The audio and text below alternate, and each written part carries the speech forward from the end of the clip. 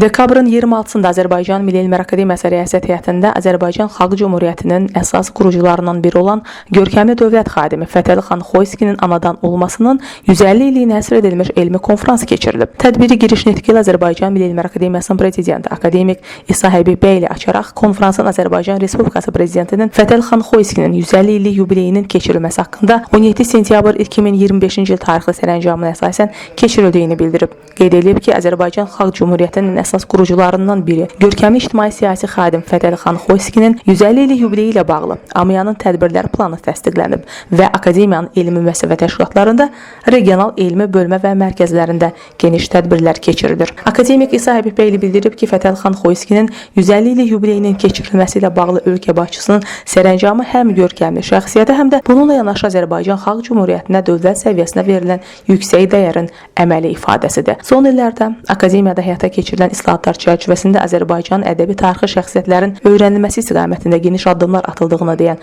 akademik İsa Həbibbəyli, bununla bağlı AMIyanın Rəyasət Heyətinin iclaslarında bir sıra mühüm qərarların qəbul edildiyini söyləyib. Sovet rəhbərliyinin məqsədyönlü siyasətinin Ulu Öndər Heydər Əliyevin respublikamıza rəhbərlik etməyə başladıqdan sonra həyata keçirdiyi Azərbaycançılıq ideologiyası ilə öz məqsədinə çatmadığını deyən AMIya rəhbəri, ümumilli liderin bu siyasətini Prezident İlham Əliyevin uğurla davam etdirdiyini, dövlət başçısının ölkəmizdə Nəsimi ilə, Nizami Gəncəvi ilə, Heydər Əliyev ilə elan etməsi ilə tarixi ədəbi siyasi şəxsiyyətlərimizin bir çox aspektlərdən yenidən öyrənildiyini vurğulayıb. Daha sonra tədbirdə bir sıra məruzələr də dinlənilib.